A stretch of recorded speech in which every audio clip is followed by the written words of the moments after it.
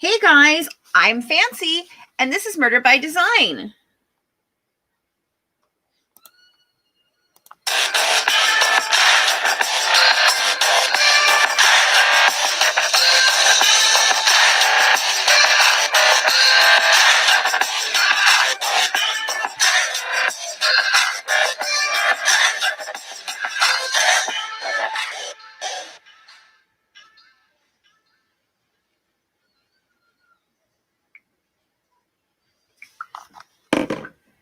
Alrighty. Hey guys, how are we today? Thank you for joining us here at Murder by Design. I'm hopefully going to have Amanda joining us. There was a little bit of miscommunication. She's an hour, behind me, so she didn't realize that it was at 3:00 my time. So hopefully she'll jump on here in just a second. I'm waiting to hear from her. She just realized the time difference. But we're going to try and talk a little bit about moms who kill, dads who kill, this whole family dynamic. It seems like this year we've had quite a few of the moms who kill, very popular cases of Vallow, Boswell, and Stout. I've read a lot of different things about it in some psychological stuff that I thought was really interesting. One of the people tried to say when we were covering Diane Downs that Diane's brother believes that she's innocent. And one of the reasonings he gave, you know what, I'm going to go to that page and read some of them because it was very interesting. It's on Facebook. So it's called Diane Downs is Innocent. I did reach out to them to see if they would participate in what we are doing, but they would not. They've not responded. But here, I wanted to read this. This is one of the things that he said that I just thought was completely crazy. So he says that firstly, it is unusual for a mother to kill her own children, and the motive given is not credible. While there certainly are cases where stepchildren are abused and eventually die by extreme neglect, Diane's case obviously does not fit that pattern. Neither does it conform with cases where mothers with extreme depression kill their children and generally either attempt suicide and or confess shortly afterwards. I thought that was interesting that that's what he has up there. He's got a lot of different reasons why he thinks his sister didn't do it, but that one was really interesting to me because in fact, I think I hear more cases of where it may be a stepfather, but the mother usually is involved, such as the case of Gabriel Fernandez that we just saw the Netflix special on. But it takes a different kind of person. I really think that there is something very strange about these women. Okay, she's going to clean off her desk and get to me, guys. So just give her a second here. But that these women, especially now, the dads, they're usually are family annihilators. Dads usually take out the whole family. They take out the spouse, the kids, everything. Some of them even take out the family pets, but it just got to me really interesting to me about these moms because, when you think of parenting, generally you think of the moms as the kinder, more nurturing, more giving and caring of the parents. The dads kind of, even in this day with all the different gender differences and dads being, much more involved in things, it's kind of the dad is the provider and the mom is the caretaker, and so it's really interesting to me that these women, generally, I think they display many, many signs going into this. Now, when you're dealing with somebody like Andrea Yates, who's like, postpartum depression, that's a completely different situation. And I was just in a chat about Andrea Yates, and there was this woman who just had no absolute understanding of mental health. And it's not that I think that she shouldn't have been, gotten given some care or been put away, but I think that instead of sending her to like a prison facility, she definitely should have been going to some sort of mental health facility that could help her, because she was seriously a terribly suffering from the postpartum depression, Andrea Yates. But people like Diane Downs and I'm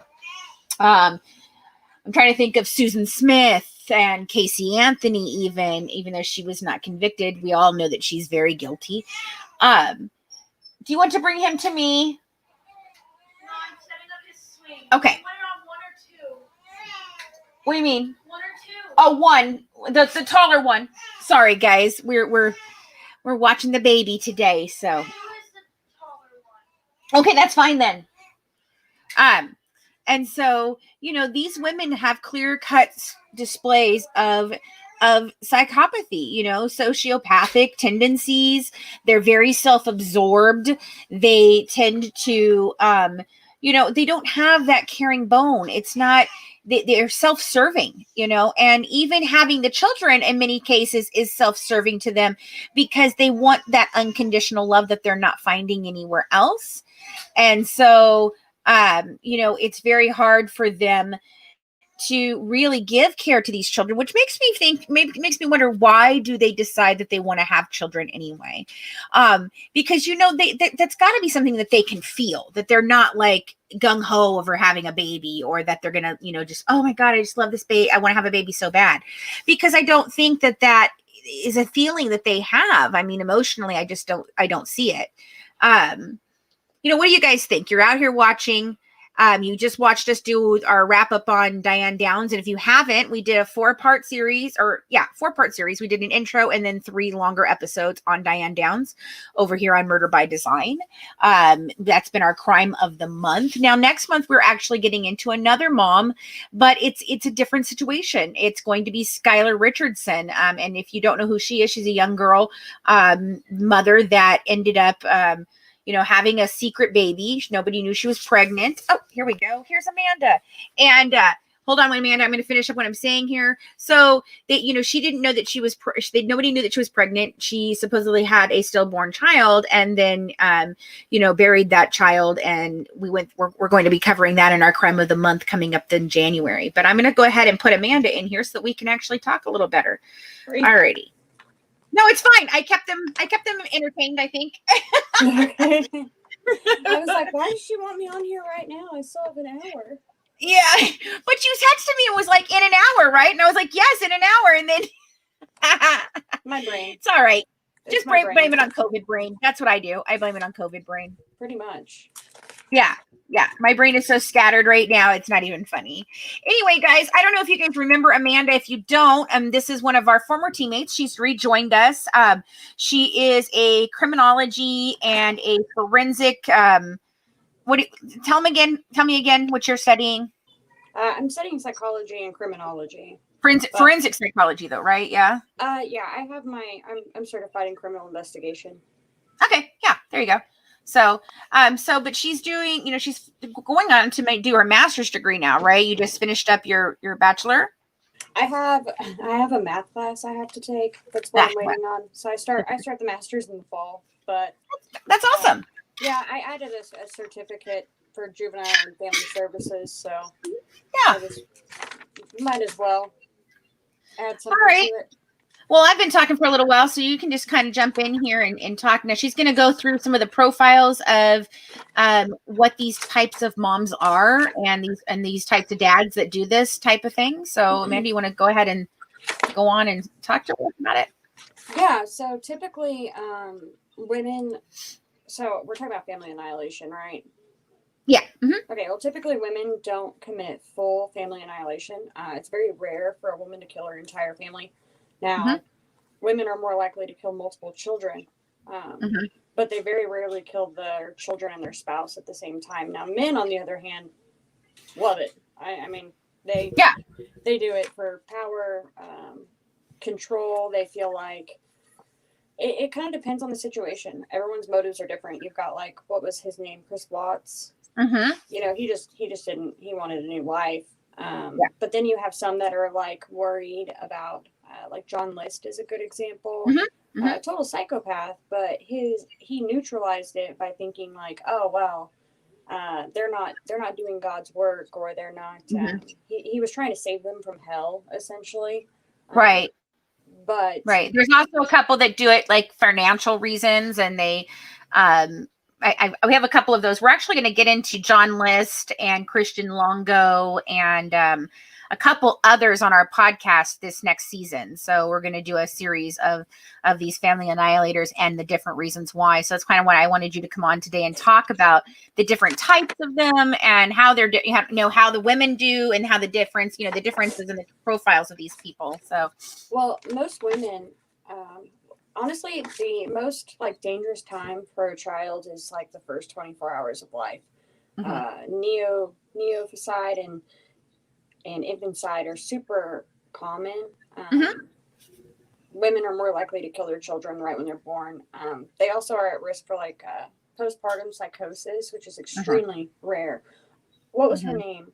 Andrea Yates. We were just talking about her. I was just talking about her. Yeah, she had severe psychosis, and it's different than postpartum depression because you have delusions. Right.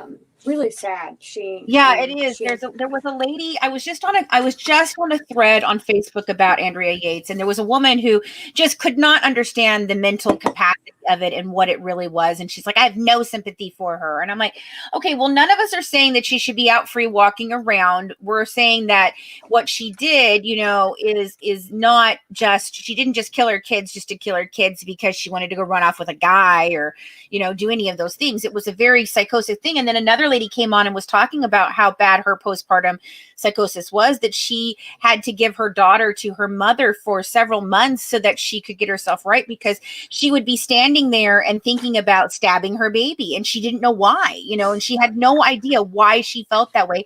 She loved her baby, but she would just have these intrusive thoughts, and I thought it was really interesting because this one lady was like, I don't care if she had postpartum, whatever, but I in that case, I blame the husband very, very, very much. And she had been to the doctor for depression, and so they knew that she was unstable. But postpartum psychosis hadn't really made a coming on at that point, because it's similar to postpartum depression in that it has to do with the chemical fluctuation. So when you give birth, you are surging with chemicals. And my mom had postpartum with my youngest sister, really, really bad. And it's just from the high and low almost. Like it's kind of like they bring you up with childbirth and then you just plummet. And it can be treated, but a lot of people don't realize it's happening. With Andrea Yates, they were really religious. And she started having religious delusions, and that really is what did it for her. Right. And they had told him that she should never be alone with the children, which is why they had, the grandmother that was supposed to come over and be there when he was gone to work and she was running late that day and he just left anyways. Oh, well, and I feel so bad because I know those kids that struggled. She described chasing them, to get them, and the oldest child asking her, Mom, why are you doing this? And that's terribly sad. But I think that she's living in her own hell. She has to live with that for the rest of her life. Some of these others moms, though, they don't care. They have no caring. Like Christina's asking, what makes a mom who has always seemed to be a great loving mom get in a relationship and allow her boyfriend or new husband to abuse her children and also participate in the abuse? A lot of that comes on super subtly. So a woman will get into a relationship and slowly, it's kind of like a grooming period, where the new partner will groom the mom into, like, he'll push it a little bit further and further until generally they don't even realize they have gotten in that far. Right. So like, okay, well, this time I'm going to punish him by putting him in the corner. Well, this time I'm going to spank him. And then like, the partner will always be reassuring to the mother that, that discipline action is best. Right. That's more so just, that's really sad how it happens, but it's usually such a subtlety that they don't even realize it's abuse.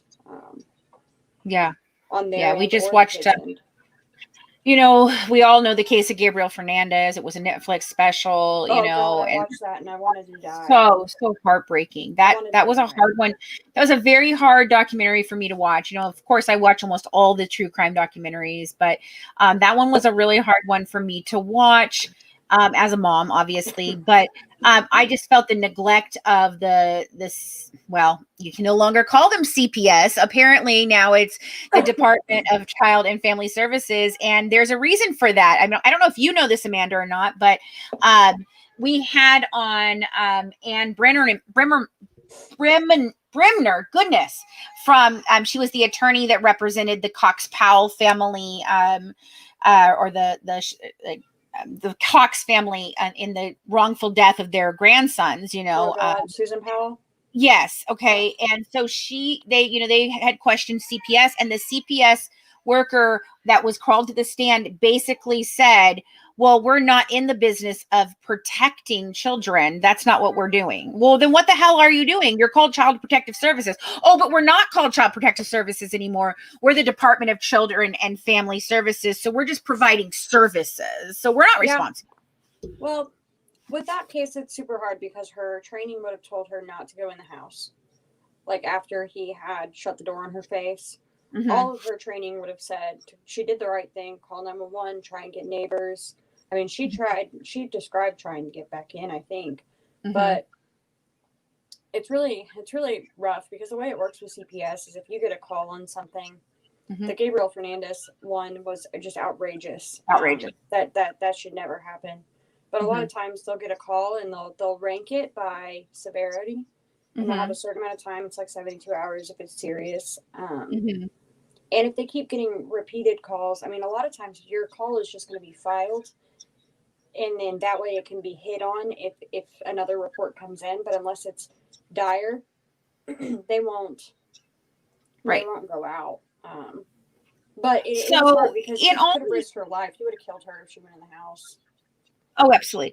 So in all these cases with these parents, and I think moms especially, like, I feel like the moms, and somebody brought this up, if that they didn't think that Lori Vallow, which is one that we've been talking about this whole year, was not bonded with Tylee or JJ, and Chad just told her what she wanted to hear. And I think that's true. Like, I feel like they don't have a bond with these children, these moms who do this. They don't put their children first. They're very self-serving. There are sociopathic tendencies that if you were looking, you would see them before it gets to murder, So can you talk a little bit about those types of warning signs or profiling those type of women?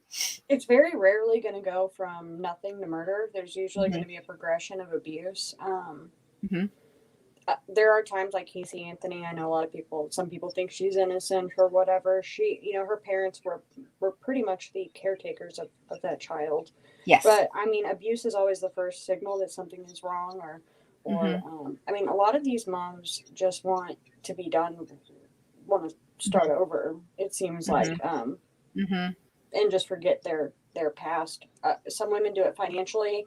Like I know one woman, we read about this last year in one of my classes, but she basically had like 5 kids that had SIDS. Now don't quote me on the number, but she basically was suing like binky manufacturers because she would cut the binky off and then suffocate the child and then put it in like their throat and then could sue like, oh well, the baby bit the binky off, and she'd get a ton of money. I do not remember her name, but wow, I will have to look for that one.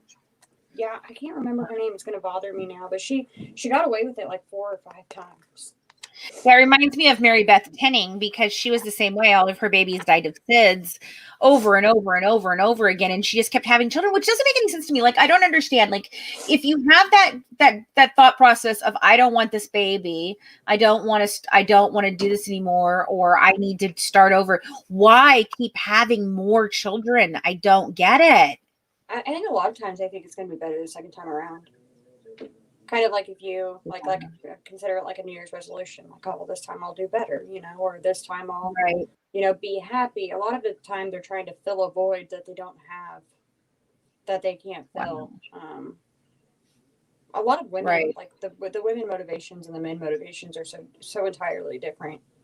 Well, I mean, I guess really not. I mean, women, I don't think as often kill kids as revenge on the spouse. Men do that very often, but women just yeah, they just, I mean, a lot of times when it comes to like sociopathic mothers, if there's multiple children, there will be a scapegoat child. Yes. Or a golden child. Mm-hmm. But it just kind of depends on the situation. Or they'll even single out one child to abuse, and then the others are not abused. You know. Yeah, that happened in Gabriel Fernandez's situation. I'm pretty sure he had that. Same thing in So I read this book when I was in high school. It made me vomit many times as I was reading it, to be honest, but it was The Child Called It. And that was the same situation with him, was that he was a child that was singled out. All the other children were treated well. And this child was severely, severely abused. Unbelievable that he even made it through, you know? So. Have you read all 3? What? There's 3 books now. No, I've only read the one, and that was really hard for me to get through. Like, I would be reading that book and I would throw it across the room, and then I would go and literally retch because it made me so sick. I'm not even kidding. Well, there's and I look at crime scene photos, I look at everything, but reading that in my mind, because it wasn't pictures or anything, so I was making this thought process in my head. I think that's what made it so hard for me. You know, well, books is also the memoirs. That's somebody's word. That's their feelings. That's what they went through personally. You can look at a crime scene and disassociate, but you can't when someone's telling you about it. Right, exactly. But yeah, there's 3 of them now. There's one. The last one's called A Man Named Dave, I think. But I don't remember the second one. They're really good. I read them in middle school and high school. Huh. I'll have to go check out the other 2. That's interesting. It must be more about his recovery and all of that. Yeah. Or. Yeah. How he got through it and his life now, basically. I mean, she was psychotic. Oh God. Yes. There's another one that we're working on. It's called, it's this book that we've been reading, called If You Tell, by Greg Olson. This mother was, oh my God, psychotic. Now, she didn't kill her kids, but she made her kids participate in all these wretched things that she did to other people, and threatened them. And she was abusive to them, severely abusive to them. But thankfully, they made it out too. But, you know, they were very frightened for many years that she would kill them, you know. And so she was crazy, you know, just wow. I think another thing worth noting, though, is most mothers will do things for attention, just like, you know, Munchausen by proxy. A lot of women will do these things for the attention. They like the attention of being pregnant. They like the attention of having a baby because, you know, that's a good, happy milestone. Yes. Diane Downs. And a lot of times, I don't know Diane Downs. I need to look that up. We just did a 4-part series on it. I mean, she's Small Sacrifices. If you ever read the Anne Rule book, Small Sacrifices, that's who Diane Down is. I mean, it's one of the most classic. It's one of the most famous, I think, Moms Who Kill the cases. It's from 1983, and she was sentenced in 1984. Then she got pregnant right before they went to trial. So, and they believe that she did that on purpose because she knew she was going to trial. So she wanted to have the sympathy of the jury. And then 3 years into her sentence, I think they were transporting her and she escaped like for 8 days. She's a crazy, crazy loon. Like, and if you look at her, you can just see that there is nothing there. Like there is absolutely there's no emotion. There's nothing inside of that woman. There is nothing there. She is just a complete and utter psychopath. And she did, like, getting pregnant. I think she was doing that because she liked the feeling of people being, you know, showing her attention. Doting on you. Huh? Doting on you and like baby showers. Right. Right. And, I mean, psychopathy in general, a lot of these people do have psychopathic tendencies, but psychopathy is on a continuum. It's not like a disorder. It's more of a symptom, I think. So you'll have different levels of psychopathy. So you could have somebody that's perfectly functional, living a normal life, but is on the psychopathic spectrum. So it's just kind of a continuum depending on the person, the individual case. Right. on Well, it. yeah, I mean, because most sociopaths don't go out and kill people. They just don't. But they don't have the same moral turpitude as other people. So a lot of times, these are people who succeed in business, who are executives of companies, because they don't have that moral thing of like, I'm going to do what I have. They're just going to do what they have to do to get themselves to where they want to be, and they don't give a shit who they hurt in the collateral damage. They don't care. White collar crimes. Yeah, they do not care at all. So they will step on anybody or anyone in the company to get to where they want to be, or they will start something. They're very driven people usually, because they know what they want, and you have to be admiring of that, but they don't care how they get it, and they don't have like the same problems. Like, some of us. I used to be a retail manager, and anytime I had to fire a person, it bothered me for days. I would just be very upset about it. Regardless of what the person did or didn't do, I still felt guilty anytime I had to let somebody go for whatever reason. But as a sociopath and the as a person at a company that's a sociopath, they won't have those feelings. They'll be like, all right, come in, tell them, get out, go, and they don't have that guilt or stress of, oh, I'm ruining this person's life. They don't have that. My dad loves firing people. Oh, really? Yeah, he runs an airport, and like he's got some sociopathic tendencies. You know what I mean? Like he's very driven. He can disassociate his emotions. Mm-hmm. So like when it's time to fire someone, it's time to fire someone. It doesn't really matter. Right. But I don't think I could do it. I just don't think I could. It's hard. It's very hard. I had to learn how to be able to do that. And like you said, I kind of had to compartmentalize it from this is me as a business person to this is me as a person, a friend, a normal everyday person that knows you, so yeah. I really had to stop and not consider anything else other than the company itself when I was doing it. This is the best thing for the company. It's the best thing for my store, because otherwise, you begin to think of, oh God, Tim has 3 kids and and blah, blah, blah. But that doesn't matter because it's not part of what, you bring into the company, but anyway, I kind of got off track there, but this is what sociopaths are like. There's many sociopaths that people think, oh, sociopath, they're out there serial killers. And well, yeah, but that's not. There's a lot of them that aren't, and it's like antisocial. So what really makes like breeds serial killers and breeds killers is the mix of like antisocial tendencies and psychopathy. So it's totally fine if you can go and like shut your feelings off, or that. But when you mix in that antisocial, like especially like a precursor is like conduct disorder as a child. To even be qualified for antisocial personality disorder, you have to have had conduct issues until you're 18. You have to be 18 to be diagnosed. Yeah. And a lot of murderers have antisocial. You'll find more that are antisocial than are psychopathic, I think, personally. So right. Well, it's like a wealth of different things, and that gets into what we talk about a lot on Murder by Design here is like, is a murderer, are they born, with this, innate need and evil kind of inside of them, or are they created, and it's like the nurture versus nature kind of situation.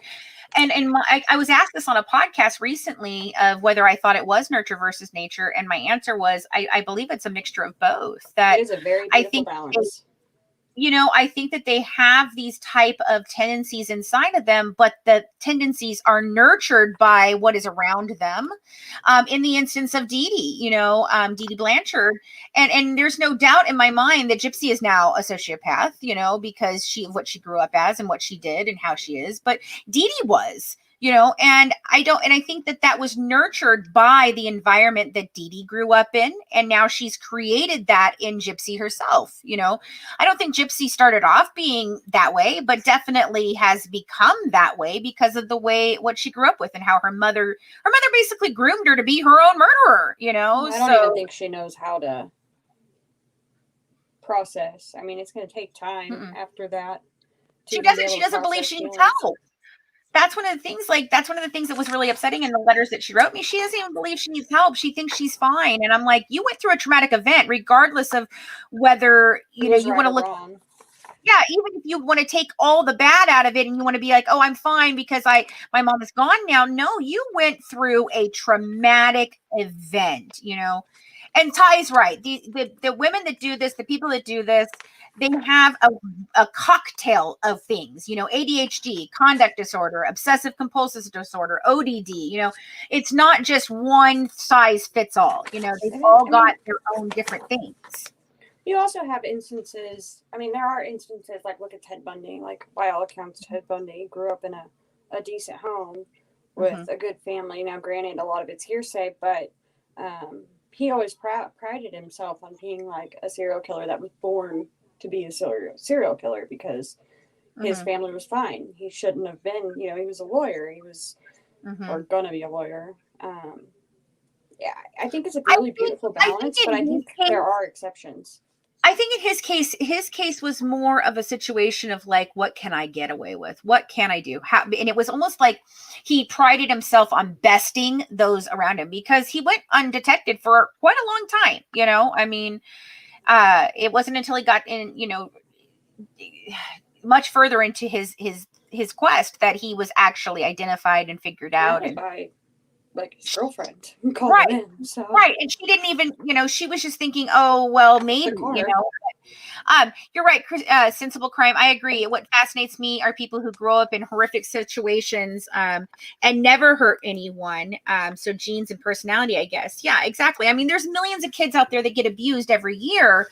And grow up and never do anything. Like I said, look at the kid from a kid, a child called It. He never hurt anyone, but like you said, it has to do with how they process and react to this, Yeah, it's all about reaction, really. Yes, and it's also about what kind of help they seek out for themselves. Like one of the things I told Gypsy was, you were a manipulative and kind of person, but you don't have to continue to be like that. You have the choice as an adult who knows what happened now to make a choice of, am I going to stay that same person or am I going to change who I am so that I don't continue to perpetuate this cycle, There are a lot of kids that are not abused and grow up to do, or that are abused and grow up to be fine. Yeah. But it like when we were talking about reaction, like that's what it really comes down to is how somebody processes their environment and how they react to it. So like one kid might lash out and beat the hell out of somebody that calls them a name, and the other kid might just walk away. Right. When it comes to genetics, and I feel like there's predispositions to creating a murderer, but there has to be something, because twin studies can show that, and adoption studies can show that nurture is more predominant than nature in that sense when it comes to crime. But I do think it is a factor. Yeah, for sure. Yeah. And manipulation, I don't think Gypsy's going to know how to live other than that until, and I'm a big advocate for therapy. I think everybody needs therapy. I need therapy. And do. Well, that's one of the things Titania and I want to do is we originally, when we started seeing some of the discrepancies in her story, her different things, and we started highlighting those things. And when we finally got the full interrogation video, that really changed things for the whole team and how we felt about things. And so Ty and I were talking about, Ty originally was like, well, I want to make a case for the Petries at her hearing that she should have to do the whole full 10 years. And I said, no, that's not what we want to do, because the only way she's going to get help is if she gets out of there. And so what we should do is go and actually advocate for her to be released, but only released to an in-care facility for the final 2 years of her sentence. To be completely honest, I don't even think she would need an in-care facility. Therapy? Yes. Well, I don't think she'll go otherwise. Yes. I don't think she'll go otherwise. And I don't think she'll be supported in going otherwise. No, I don't think she'll. I think something would be good though, because she's going to come out with no money, she needs to learn how to live on her own, and it should be in baby steps. Either be living with family or to a halfway house, then living with family, or something. Yeah, that family's a nightmare. That family's a nightmare, and honestly, it will be putting her back into the same type of situation that she already was in. We've seen that from the family, exploiting her and doing different things. So I don't think that that's a good idea to put her back into that family situation. And if you talk to the experts on like Munchausen by proxy, or factitious disorder imposed upon another is what it is called now, they never advocate to put them back into that situation, because it will just continue to happen again. Well, they can argue that even with she was other not in that situation. Right. Even with other family members, because they all play their part in that whole situation, you know? Yeah. But anyway, what do you have anything else to share on the profiles of these types of killers? Like I said, when it comes to parents who kill, a lot of the times for women it's more so attention and financial reasons, and for men it's more so honestly to be jerks. A lot of times like men will murder for like Susan Powell, you know, he did it because they were evidence, but he didn't have to kill the boys. Well, I think he killed the boys because the boys were at a period of time where they were going to be talking, and yeah, but you know he didn't. You gotta think though, if he was going to kill himself in the end anyway, why? It doesn't matter. Yeah, but his ego. Oh yeah. It was almost like, if I can't have them, no one can, you know, like, which you see a lot in Killing of the Wives, but this was for his own children. Like, he was very upset that the Cox family had these children, you know, and that he did not. And I really do believe that was his motivation, was one, that they were going to start talking, and two, you know, that they, yeah, he's a special kind of asshole, you know. And men will do that more so than women. For that reason. And we'll be covering, we're going to cover Chris Watts here real soon too, because I think his motivations were very interesting. I don't think he set out to kill the children. I think the idea was to kill Shanann, and then the children either walked in on that or saw something they shouldn't, or what have you. And then that was his. I think honestly that they've come out with that he and Shanann. Well, the story goes that Shanann. He was defending himself to Shanann, which, this 5-month pregnant woman's going to kill, you know, come on. Yeah. But I think the kids walked in on it and he didn't know. Right. Well, I was he's very interesting, and because all the different stories that he told, first he blamed Shanann that he was protecting the children because she was going to murder the children or whatever. And I'm like, the mom. Yeah. Okay. The mom who's loving and caring and does everything. She's going to, you walked in on her trying to murder one of the kids. No, I don't see that in her at all. I think what's most interesting about that one is there was no real precursor to her death. There was no reports of abuse. Police had never been called out there. No, in fact, people were pretty. They seemed. Yeah, no. Well, well, then again, you can also say, nobody knows what goes on behind closed doors. We've talked about that in the Scott Peterson case, because there was no, apparent abuse in the Scott Peterson case. However, there was in the fact of cheating is a form of abuse. It's a form of abandonment, and he cheated on his wife many times. But with Chris Watts, I stayed away from that case for a while because, and I've talked about this before, it's very reminiscent of something that I was actually involved with as a middle school child. So I had a best friend and I was dating her brother, just occasionally, and I had a crush on him, and we kind of went out a couple times. We were just kids, we were like in 7th, 8th grade. And I was supposed to go over and spend the night, and it was a blended family. So her father, his mother, and they had the 2 kids. And Sue, the mother, was it was her father, his mother. That I think I said it wrong the first time. She was a very overbearing woman. She could be very nitpicky. She was always on him about things, nagging, and just, she was very powerful, overpowering, very condescending to him on a lot of times. And he was absolutely the 100 most nicest guy I'd ever met in my life. He was a firefighter. He was always good with the kids. I mean, everything. Well, she was just a narcissist. Yes. And I was always, and I liked Sue. She was always good to me, but I always saw this way she treated her, Shauna's father. And, I was supposed to go over there that night. well, the kids, I got grounded, which I was always grounded because my mother was always grounding me for things I didn't know what I'd done, but whatever.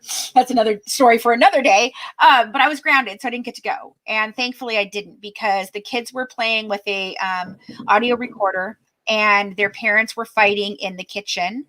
And Shauna's father walked out to his truck, picked up a gun, came back inside, and shot Shauna's mom, or Shauna's stepmom, Sue, and then picked up the phone immediately and called 911 and said, I've just shot my wife.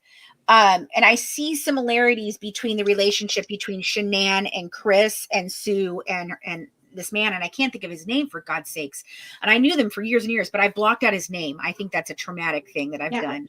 There are reports that Shanann was very, very overbearing and very, very condescending.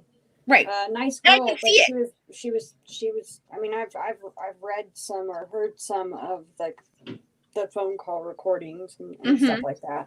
And I mean, I hate to say it, but that gets old. It's really hard if you have somebody that's picking on you constantly. And it is a form of abuse. Condescending talk even is a form of abuse. And after a while, a person can only take so much, you know, like you got to think, if you're waking up and everything you do all day long is questioned or made out to be terrible, you know, that does damage to you. No, absolutely. And that was the thing that should have happened. I'm just saying that. Oh, absolutely not. I don't believe that anybody deserves to die. I don't think that my friend's, stepmom deserved it either, but I understood where he snapped. Like, just, he'd had enough. He couldn't take it anymore. And that was a particularly hard day. I guess she was on him about how he had treated the child, the boy, when they were out doing something. He was too rough with them or whatever. And they were arguing, as they often did. And he just literally, he lost it and calmly walked out, picked up the gun, shot her, and then called police. And so, to be honest, when you have women that kill their husbands for that reason, a lot of the time it's something stupidly minuscule that actually makes you go over the edge. You have all this really terrible abusive crap happen over and over again. And then one day, I mean, it just takes, you didn't fold that towel right. Well, I can't deal with it anymore, and it happens a lot to women. Oh yeah, absolutely. And I think the same thing happened with the Watts case. I do believe, I really believe that he'd had enough and he'd found love somewhere else. And it was beautiful and kind and sweet and everything that Shanann didn't seem to him. And, I don't think she was a bad person. I think she was overbearing. I do see some of that in her videos. You can see but I also believe that he was not a connected person to the children, to her, to anything. I don't think he has that connection, because you can see it when she does that video about where she's announcing her pregnancy to him, the third child, the baby that she was carrying when he killed her. She's announcing it on Instagram or Facebook or whatever. And she is, it's orchestrated. It's a very big show. And you can see he's trying to be part of that show when she tells him, but yet his eyes do not match what she was an influencer. Their whole lives were online. Yeah, exactly. Everything was online. Yeah. She promoted her business that way, and that's fine. But it's very difficult. Right, exactly. Right. She was trying to change, and she had realized that she had, done things that really were harmful to the marriage, Yeah, but I really just can't get over, like, why not leave? And I've never been in that situation, obviously, but I have been in a situation, I have been in situations where it could make sense. So a book you need to read, and that everybody needs to read, and we actually did an interview with Dr. Robbie Ludwig, and it's called Till Death Do Us Part: Love, Marriage, and the Mind of the Killer Spouse.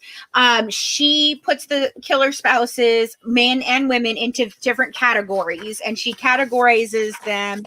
Let me see. There's several different things, and she goes through and she tells you what each one is and why. So there's 1, 2, 3, 4, 5, 6, 7, 8, 9, 10, 11.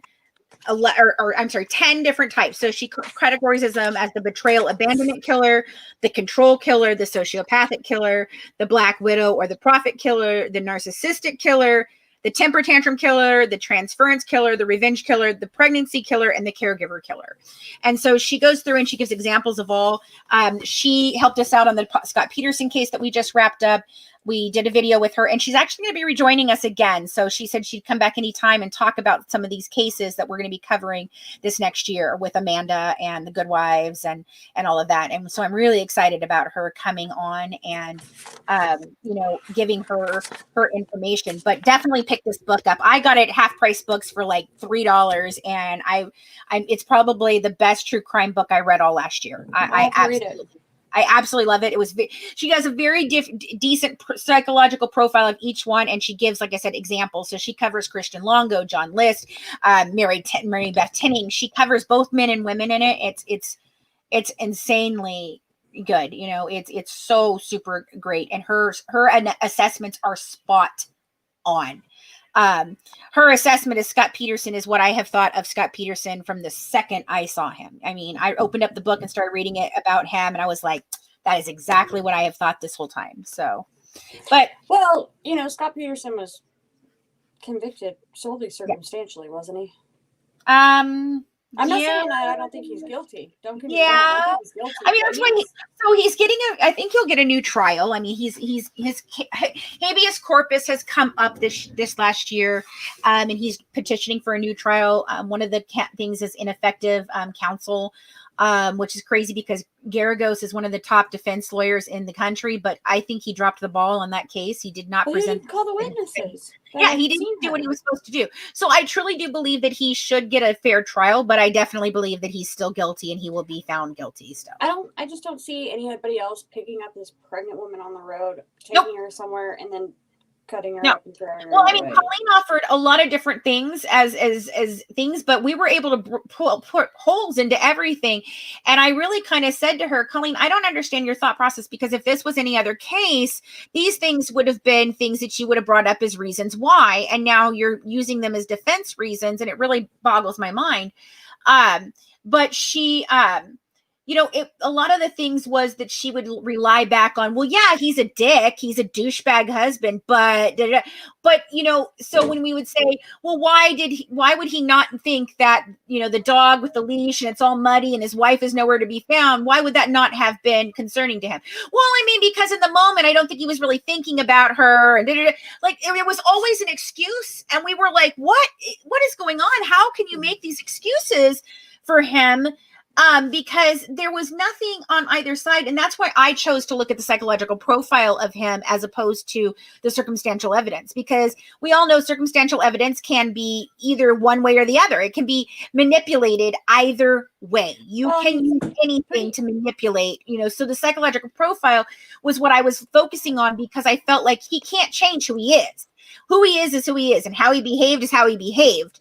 And it's very telling. And that is something you can't change. You can change whether or not the segment about the pie or the cookies or whatever, the lemon meringue pie or whatever, was on the 23rd or the 24th or, 3 days before. You can be mistaken in that. But you can't be mistaken in the fact that here's this guy who has just had his wife, she's missing, and he's still trying to carry on some sort of romantic relationship with his side piece. You can't tell her she was dead, like that his wife had died.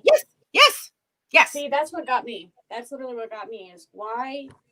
Yes. If you didn't do it, how coincidental is it that you tell your girlfriend that your wife was dead, and then your wife ends up dead? Right. I mean, that's it for me. Right. I'm done. Right. Yeah, exactly. Because the chance percentage, like statistically, that's pretty. But even though I think he's a douche nozzle, I totally think he's guilty 100%. I do believe that he deserves a fair trial. And if he didn't get a fair trial, I am all for him having a fair trial. And also, I kind of softened on the death penalty over this last couple of years as looking into these cases and seeing some of the wrongful convictions. But in his case, I'm not quite sure the death penalty was warranted, and that has been vacated now. And I think it was an emotional decision upon the jury that they decided to vote for the death penalty, because how did they prove intent though? I don't know that they did or didn't. I think it could have been the boat slip that was purchased before. There's all kinds of different things, but I believe it wasn't about intent. With Lacey, well, that's what capital is. Well, I know, okay, but I believe what their intent was is that when he made the decision to kill Lacey, whether it was snapped or not, he made an intentional decision to kill the child within sight of her. So I think that's where they got it, but I do think that that's an emotional, I believe he got the death penalty based on the emotion of the jury, and it was solely on the part of Connor, the baby inside, not based on what he did. I don't think there's enough to prove intent. Sure. Then that's why it's been vacated, and I get that, but I think life in prison without the possibility, absolutely, you know, that's fitting. But I do think that was an emotional jury decision. That is that is one time. And I don't think that, and that's one of the reasons we've talked about the fact that we don't believe that juries should have to make that decision. Like making a decision of guilty, not guilty, that's one thing. But deciding death penalty or whatever, I believe that should be a judge or a highly, trained panel of people that make that decision, based on different factors, because the normal person doesn't know all the letters of the law. They're not going to think about that. Well, legally, did he do this? Did he think of that? They're thinking with their emotions a lot and their feelings, their thoughts, their feelings, but they're not going with what is just fair and just or what the letter of the law says, So I really don't think that juries should have to make that determination. I don't think that that's fair to ask them to do that. And it's not fair to ask them, just regular people who happen to get a jury summons, to decide this person's life or death situation, so, but anyway, I'm going to wrap it up here, guys. We've been on for a lot longer than the 15 minutes we normally do on Wednesdays. Yeah. But Amanda and I are going to turn this into a regular thing. I don't know what day or night we're going to pick, but I'm going to have her on. We'll do a once a week thing where we come on and we talk about different things psychologically, because that's really what Murder by Design was originally designed. We had it to do. We wanted that kind of thing. And so we're really going to start in 2021 to focus more on psychological profiling of these cases. So I thank you so much, Amanda, for joining us. Thanks, guys, for tuning in today, and have a wonderful rest of your week. Happy Hump Day. Happy New Year. Thanks for True Crime. Yeah, and Happy New Year. Thanks for dishing True Crime with the Good Wives, serving up true crime one dish at a time. Bye.